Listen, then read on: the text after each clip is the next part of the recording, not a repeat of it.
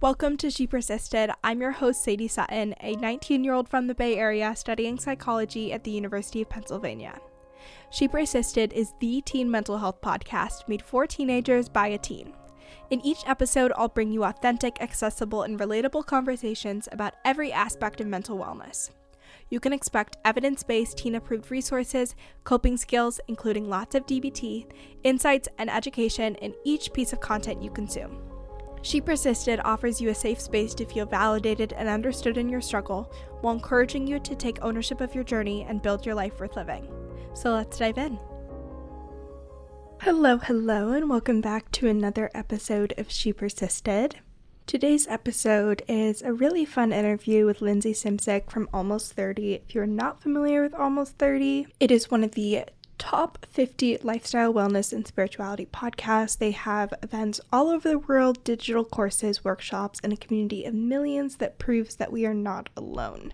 One of my favorite courses that they offer is the Podcast Pro course. They teach you not only how to launch a podcast, but how to grow and monetize. And I did their growth and monetization version of the course about a year ago, and I just saw so many shifts in not only my podcast analytics and press, and I was on the Apple Podcast homepage for like 3 months straight, but also how I view the podcast, and have streamlined the processes that go on my end to bring you guys better content and get amazing guests like Lindsey. So if you guys want to check out Podcast Pro, the link will be in the show notes, and I'm the worst. I released this episode after they finished accepting applications for the growth and monetization course, but you can try and submit it.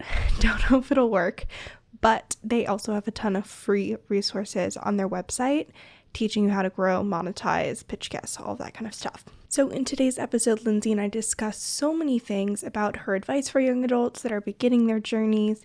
We talk about being single. We talk about tips to thrive in college, even though it can be a really chaotic season of life, and using discipline to have more freedom in your life.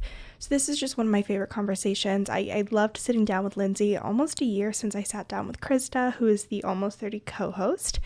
And yeah, it's an amazing conversation. I hope you enjoyed as much as I do. And as always, if you enjoyed this week's episode, make sure to subscribe, leave a review on Apple Podcasts and Spotify.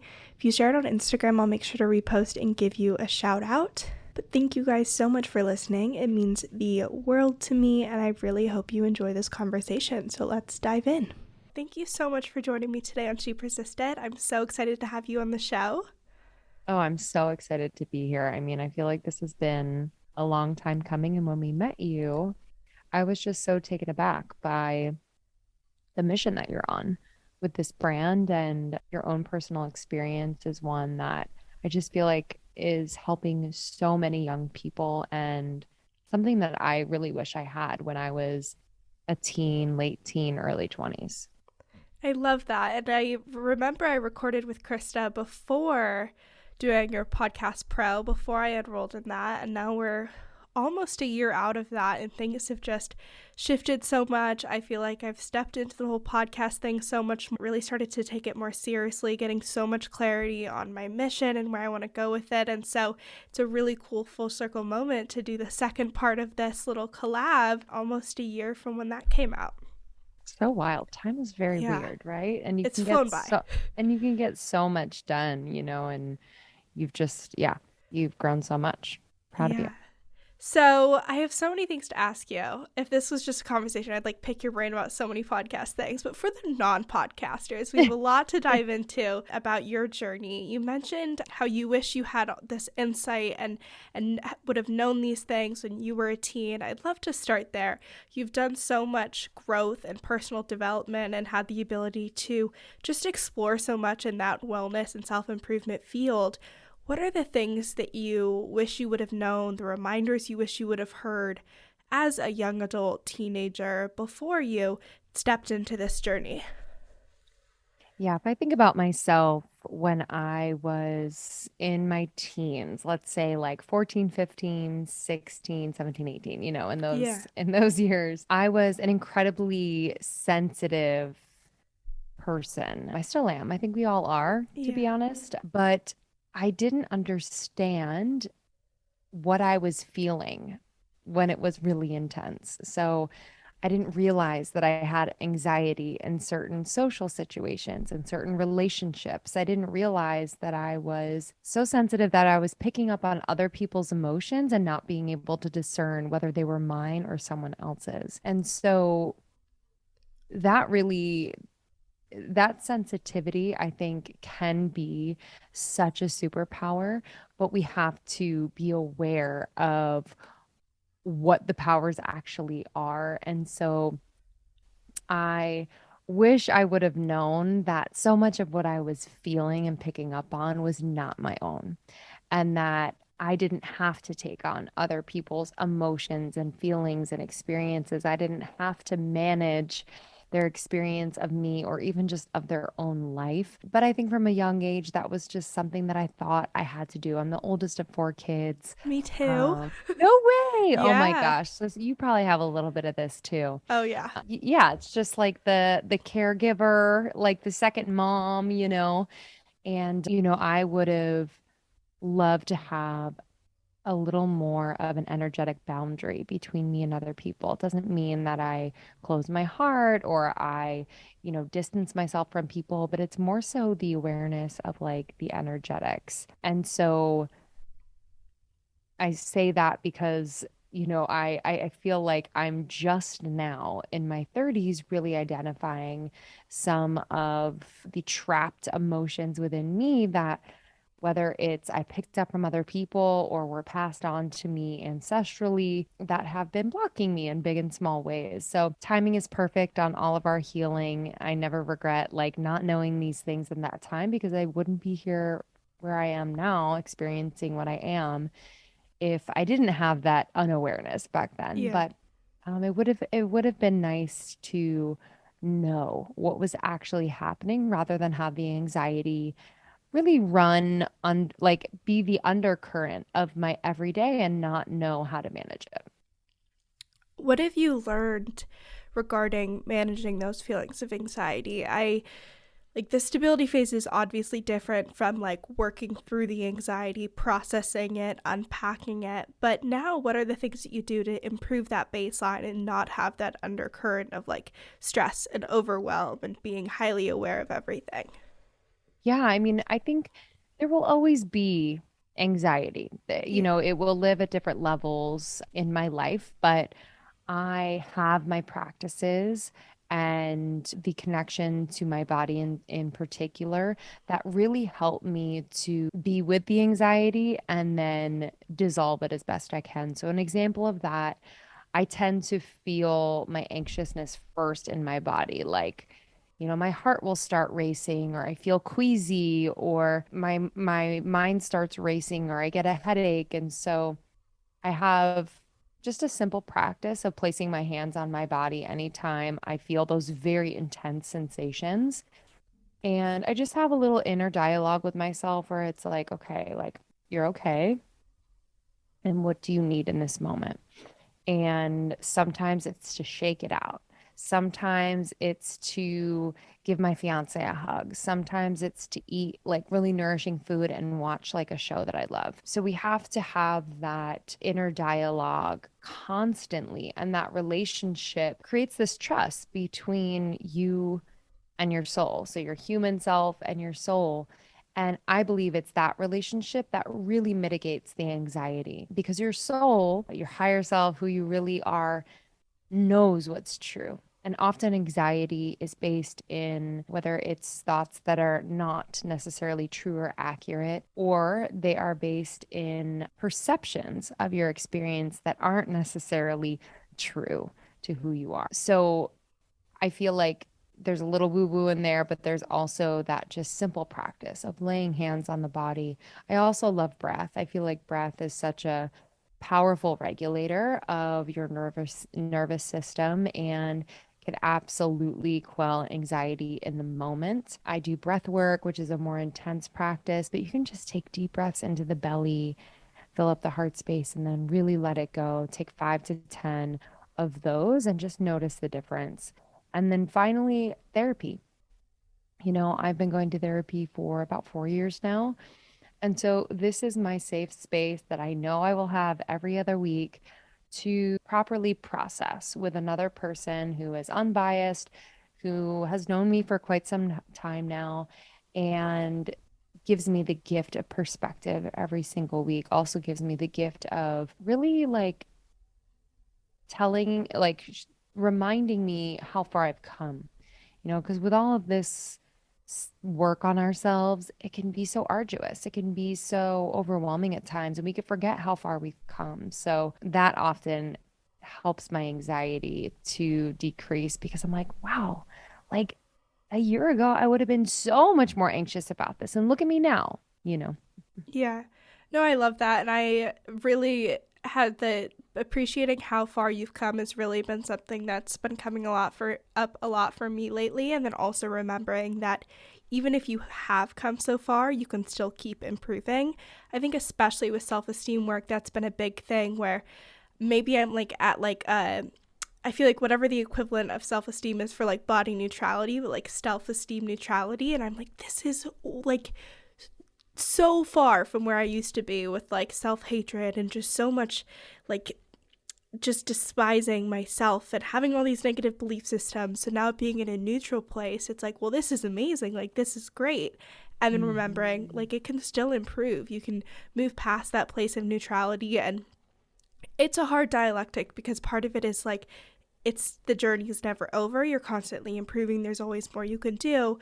And there's so much that you've already done and you've come so far. And so it's kind of appreciating both of those things depending on what emotions are coming up. Yes. Oh, absolutely. I think that's the thing with so many things. It's like we got to be present enough to give ourselves kudos and just really enjoy where we're at. And, that balance of taking inspired action and growing and progressing more.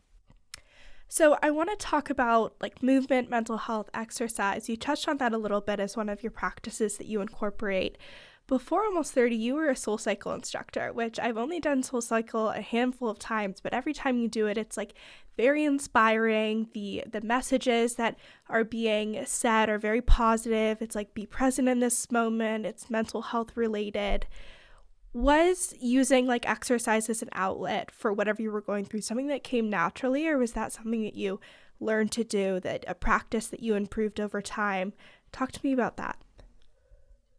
Yeah, I've always been really active. I was an athlete as a kid, whether it was like soccer or tennis, swimming. So I don't know if I knew or was conscious of the power of moving my body, but it certainly was a form of expression for me that felt Yeah. really, really good. And so I've really held that close throughout different periods in my life. I mean, I remember, it's so weird to say this. I don't even have a trainer now, but I had a trainer in high school, and it wasn't I like kind of like me an in middle school obsessive. going with my mom, like having mental breakdowns. She's like, maybe if you work out with the trainer once a week, that'll help. Like go and do my boxing didn't really Oh. help that much, but I was loving it. It's just so fascinating. I'm like, I had a trainer, like so interesting. I wasn't even like a intense athlete. Like I was an They're athlete, like but telling me to do like, 10 lunges. yeah, You're like, literally. yes, I It's got it. hilarious. But, I think from an early age, I felt very in my body, Yeah. right? And I definitely went through different periods of judging my body and wanting to look and feel different than I was. But I always had like a baseline appreciation for my body. And so I always wanted, for the most part, to nourish my body and move my body in ways that felt good. And during my early 20s into mid 20s, I just had a period of kind of like unconscious behavior. College sometimes does that to you where there's just so much stimulus. Like you're going to classes, you're like maintaining this crazy workload, but then you also want to maintain a crazy social life. A lot of people like me were drinking and partying and yeah, just kind of not treating our bodies well. And so I really had to swing so far in that direction. And that kind of bled into my years in New York where I was like drinking a ton. I was working in the bars. I was not getting enough rest. I was eating like crap. And I got to the point where I was just feeling so terrible within my body, and I knew that it didn't have to be that way. And so long story short, that was kind of the point at which I found Soul Cycle to really bring me relief because I was working so much and I was like, oh, this could be a great way to start my day. It could wake me up because I was working till 4 a.m. So I would go in the morning. I could barely You would afford it. go in the morning after working until 4 a.m. Yeah, I know. Not too early. Like I would go at like a 9:30, 8:30 or 9:30, but still it was like It it was a was lot. early for Yeah. me. And so, I really found or remembered that I love expressing myself through my body because in Soul Cycle, you're riding to the beat of the music. So it's Yeah. like you're dancing on a bike. And I'm like, oh my God, this feels so good. And I got better and better. Would ride the front row. And then eventually the instructors were like, you can, like, why don't you hop on the podium? You can ride for me. And I'm like, great, because I can't afford this class anyway. So I'll get a free class. I would literally like choose between or Soul Cycle. It was kind of crazy. But eventually I auditioned because I was encouraged by some of the instructors. I was like, no, I can't. Like, I don't have time. I'm working so much and I'm just trying to survive here in New York. Yeah. But I did it. And they're like, what's the worst thing that can happen? I was like, okay, I'll do it. And I made it. And it was a 10-week intense training program every single day for 5 hours. Like Oh my God. it was quite a bit of work and focus and commitment. But for me, I was activating parts of myself that were dormant. That part of me that loved moving my body, that part of me that loved expressing through music, that part of me that loved performing, because part of Soul Cycle is a little bit of a performance, is holding the attention of the room. That part of me that loves community and leading. And I also just met new parts of myself through the process. And Soul Cycle itself is, at its core, has such a beautiful mission. And I really loved my time there. I was there for 4.5 years. And really it was a place where people could come, move their bodies, really either get lost or find themselves in this musical experience and be led not only by the instructor, but by the energy of the room and by themselves. There's this inner dialogue that can inevitably happen when you're moving your body like that. That is past the mind, like the mind's gonna start chirping in the beginning, but then you start to move your body and you're in this physical intensity. And all of a sudden there's some downloads that start to drop in. And that's what Soul Cycle was for me, was this portal to so much clarity. And I just, I wanted to hopefully offer that to people that came and took my class.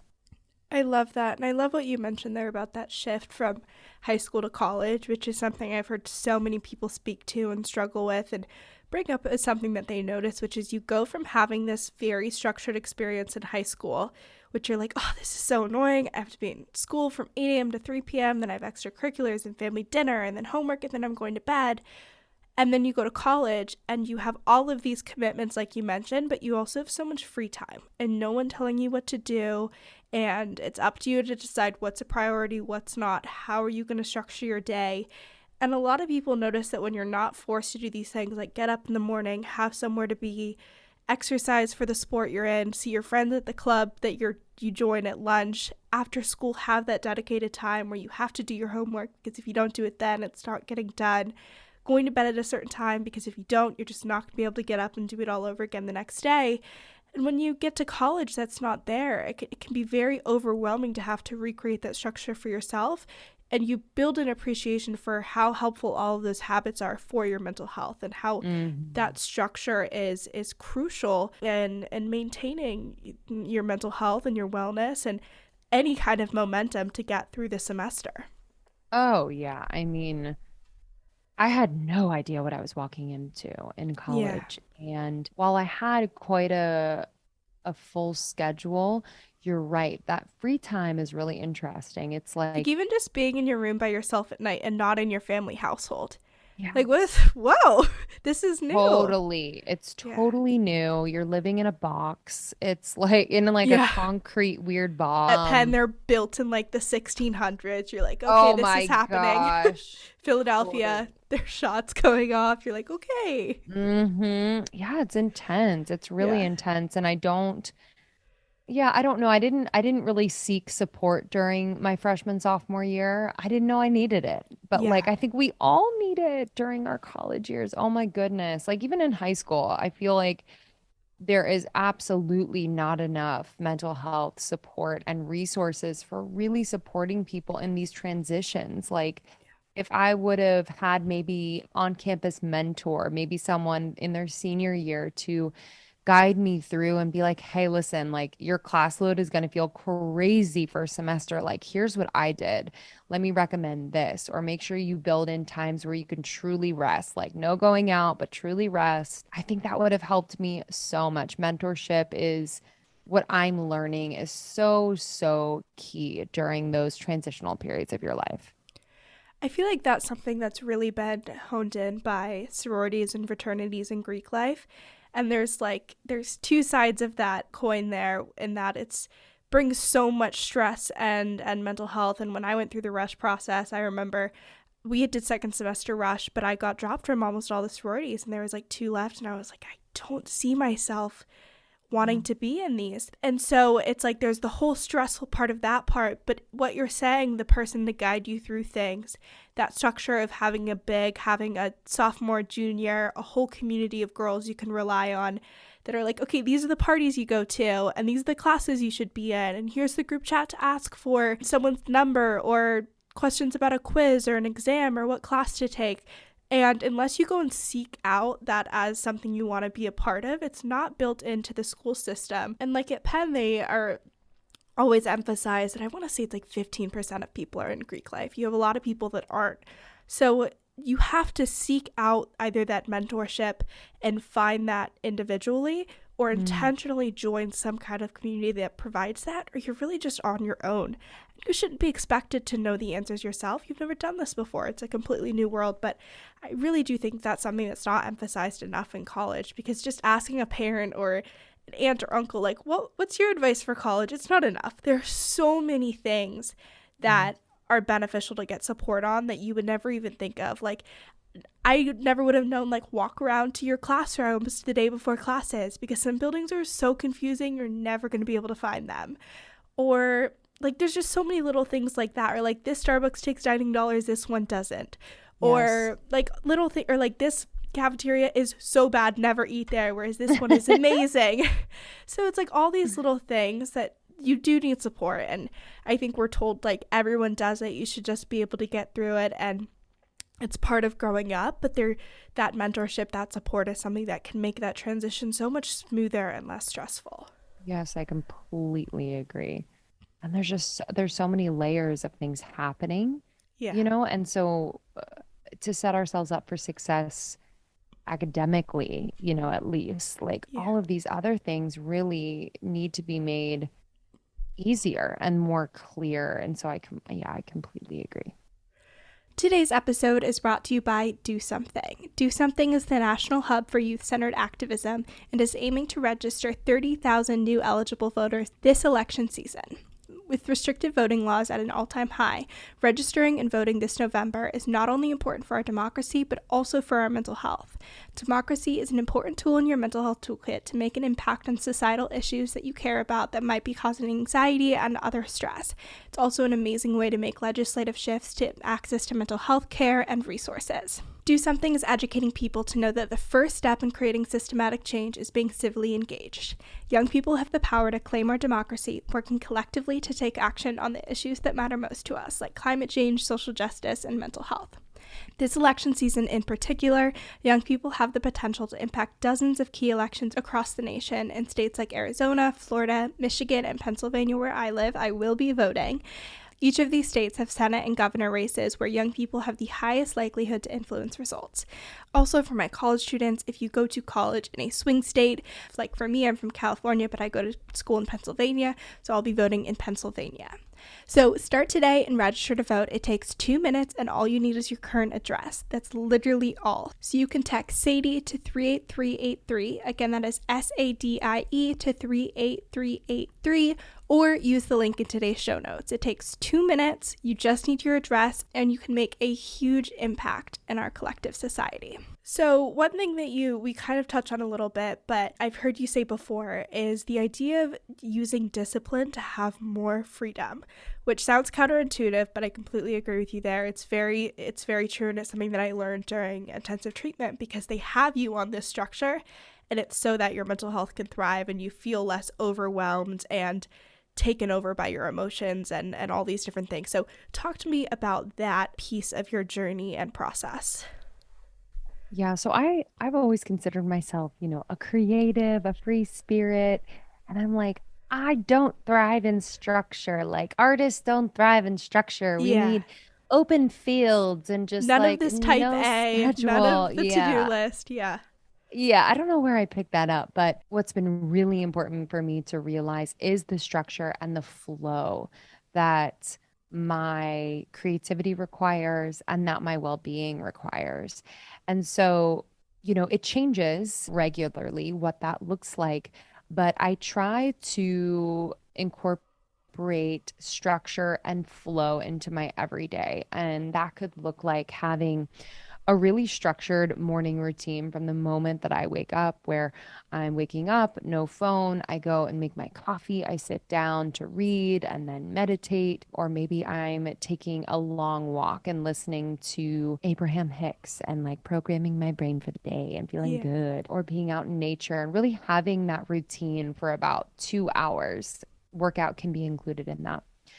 And then after that, sometimes I'll have like a period of like an hour or two before I start the West Coast work day, because most of our team is on the West Coast, an hour or two where it is my own flow. Oftentimes, I will sit down and sing and write music and just kind of be in that flow without a goal of like, okay, I'm going to write a song right now, or okay, I'm Yeah. going to finish this thing. It's just like, let's allow whatever's meant to come through.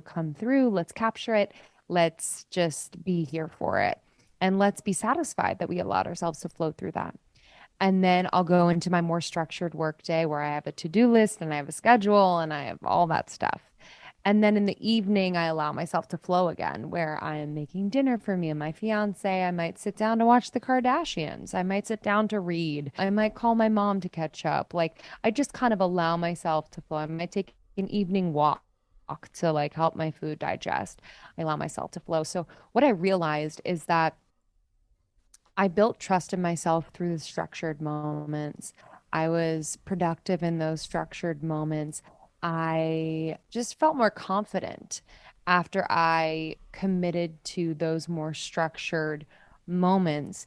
And then the flow felt so good. The flow also felt supported by those structured moments. So we think of like a river flowing through a riverbed where there's structured kind of sides of the river, keeping it in a certain flow. And we need that. So everyone's, structure flow template is going to be different, and it might change, and allow it to change. That's part of the flow.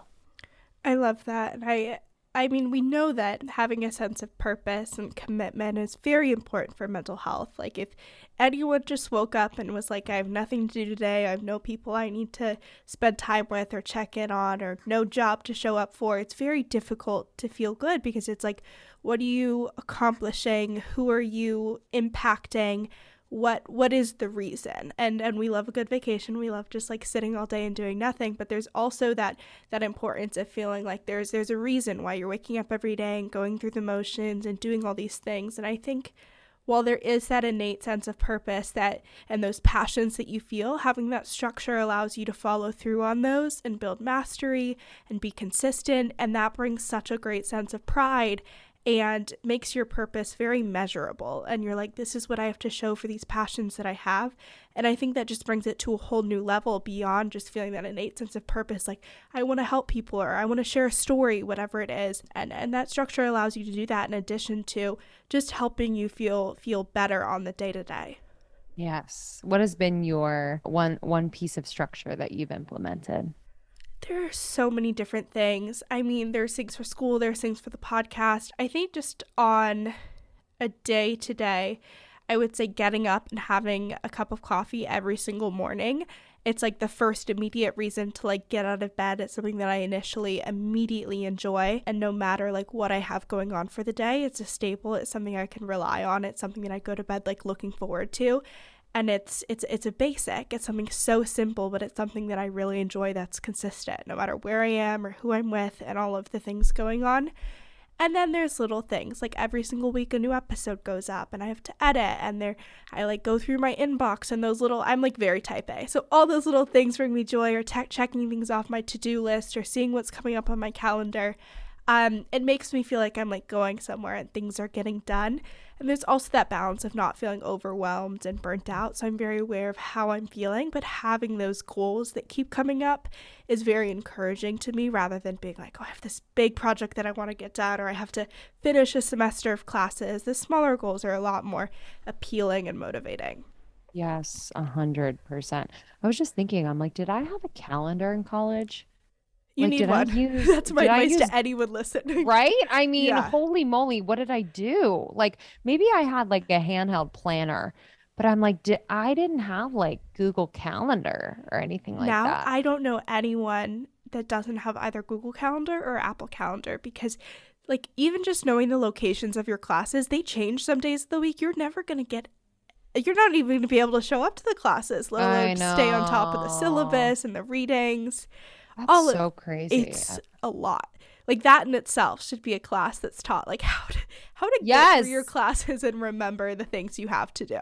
That should be a mandatory class of just like Yeah. organization optimization for first year college Yeah. students. And Yeah. like not just like in what the therapeutic boarding school I went to, we had the most cheesy, annoying, I hated it. It was an executive functioning class. They'd be like, this is how to set a SMART goal. And I was like, I do a bullet journal. I have straight A's. I know how to do my planner. Can I please not take this class? And they were like, no, it's very important. And I was like, I cannot do this. But there are certain aspects of that I wish I would have known. Like, write out every single assignment in the syllabus, put it on your calendar at the beginning of the semester. Yes, Saves so yourself time. You smart. know what the schedule is. Write down the exams. Put in your calendar a week before. Start thinking about it. Start studying. Start a study group chat, and exposing myself for anyone who's going into college and looking for a recommendation for planners. I'm a little bit crazy. My Apple Calendar for the day-to-day hours, like when I have to be at classes, when I have meetings. And then for day-to-day, like big tasks that are coming up, like if there's a homework assignment that's due, if a podcast episode is going up, if I have a work commitment, it's either Asana or Notion. And then the day-to-day, I do a bullet journal, and that's been a huge thing for me because during intensive treatment, I relied so heavily on a diary card to track my emotions and the skills I was using and my mood. And so now I do that. Like I do a little mood tracker, and I do like a habit tracker with like, am I exercising? Am I sleeping 7 hours? Am I doing my morning and night routine? And then also just like the little tasks, because if I don't write something down, I just don't remember it. It's unfortunate, but that's how it works. So Yes. 3 different systems going, but I stay on top of things. Amazing. Yeah, I mean, I need to hire you to kind of like organize my life. I can do my best. It's also funny though, because I feel like the way I organize things, it makes sense in my head, but anyone else would be like, the same task is on 3 different things. Like, does it really need to be checked off 3 times? 100%. And I'm like, the reinforcement is part of it. Okay. I need the 100%. reinforcement. But yeah, the last thing that I want to touch on and kind of get your perspective on is the seasons of being single. I think that's a pressure that a lot of teens, young adults feel, because there is this message like having your first relationships in high school and college and understanding your love languages and how you interact with people and having those first relationships and seeing your friends go through that. There can be a lot of pressure to also be in a relationship. And then if you're not, if you're single, I don't feel like it's as positive messaging, whether that's like on social media or just kind of as a culture in high school and college. And you've spoken so much about that, those in-between periods and finding yourself, and how that is just as important as being in a relationship. So I'd love to kind of hear your thoughts there, especially as you think back about your high school, college years and what you were learning before you like kind of realized that it is part of the process. It is part of the journey. Definitely. Yeah, I had my first serious relationship when I was a senior in high school. I went to an all-girls school, so I dated this guy who was at the all-boys school. Were you And sister and brother schools? kind of, we were like the loser school. There was Oh another all no. girls school that was like cooler, but I thought that we were going to be together forever, as you Yeah. do, like that's your high school sweetheart. And I'm so grateful for that relationship because it was super healthy. And, I loved him at the time. And it was just like really beautiful. We broke up when we went to college, and that was sad. And, I just didn't know how to process things properly. And I longed for him, he longed for me. But like ultimately, we went our separate ways. And then I had a college sweetheart starting, oh man, like later sophomore year. So basically, for half of college, I had a serious boyfriend, and a few years out of college, and I thought he was going to be the one. Yeah. And what I learned through that relationship, because there, like we were talking about earlier, there's so many layers of experience in Yeah. college. Oh my goodness. So many layers. And there's no time to really get to know yourself. There's no Yeah. time. At least for me, there was no time to really center myself and know who I was. I was constantly seeking. I was seeking validation. I was just seeking experiences. I was seeking to, make the most of my time in college. I was seeking to numb out, like all these things. And within that relationship after college, I just felt us growing apart, and I didn't know what to do. I didn't know how to communicate how I felt. And so I acted out and I cheated on him. And it was just such I'd say full responsibility. But at the time, it felt like a very much out of body experience where I was like just blowing up this relationship that I thought was going to be the one. And I wasn't giving it any chance of maybe improving, or if nothing else, like ending it kindly and consciously. Yeah. But, my soul kind of took me on this journey of cheating and betrayal and, feeling so low and so ashamed. And that really kicked off my 7 years of being single, which I didn't know was going to happen. But man, it was the most transformative years of my life. The first half of those 7 years was spent like, you know, dating a ton, going out, chasing after the wrong people. It's interesting because during that time, I actually met my current fiance. I met him at 25. And I remember when I met him feeling like, ooh, he's different. Yeah. And then immediately my mind was like, oh, no, no, no, you don't know. Like, Not you good can't be with different. someone like Yeah. that. You can't be with someone like that because they like you. They really Yeah. like you. Like, they see you, they really see you. You need to chase after someone who, like, has like barely any time for you, doesn't know what they want, because then that makes you look good Yeah. because you're such a nice person. And I did that for many years. And then I didn't swear off dating, but I was like, you know what? I'm gonna like turn towards myself, and I'm gonna really focus on enjoying being with myself. And I didn't always enjoy it. I went through some tough periods of being like, this sucks. Like, it sucks being alone. Like, I don't like spending Friday nights with myself. But eventually, all of those stories about being alone and being single and being by myself just exhausted themselves. And the truth came forward, which was like, I love myself. I love hanging out with myself. I love the person I'm becoming, and these moments of stillness with myself and doing things that I would normally do maybe with a boyfriend or with someone on a date. I'm doing with myself, and it feels so special and it's so sacred. And what happened was that I got to a point where I was like, well, if I never meet someone, I think I'm going to be okay. Like I think I'm going to be okay. I continued to just date, but I didn't put a ton of pressure. I was more open than ever. My heart was open.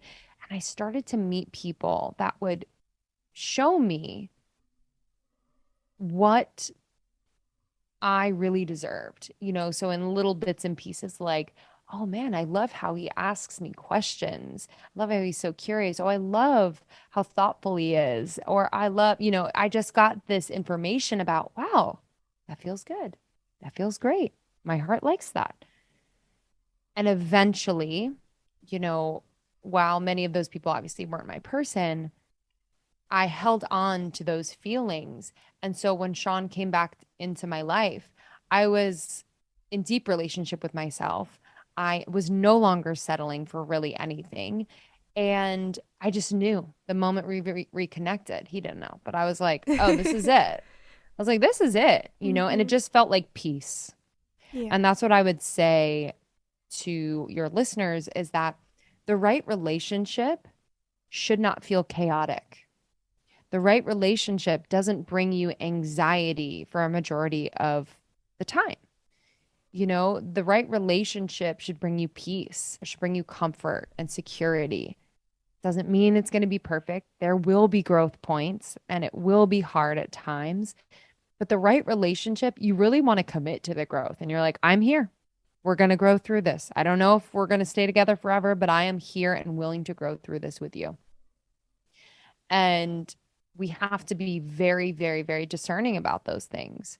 And if you're feeling like, this just doesn't feel right, or, you know what, I believe I deserve better than how I'm being treated, it 100% deserves a conversation with the other person, expressing how you're feeling, or it deserves to be let go. There is no use in settling for anything less than what you deserve, because that person is out there. But the seeking and the searching, I highly recommend just directing that towards yourself, because that's what becomes the magnet for the relationships that you want to have.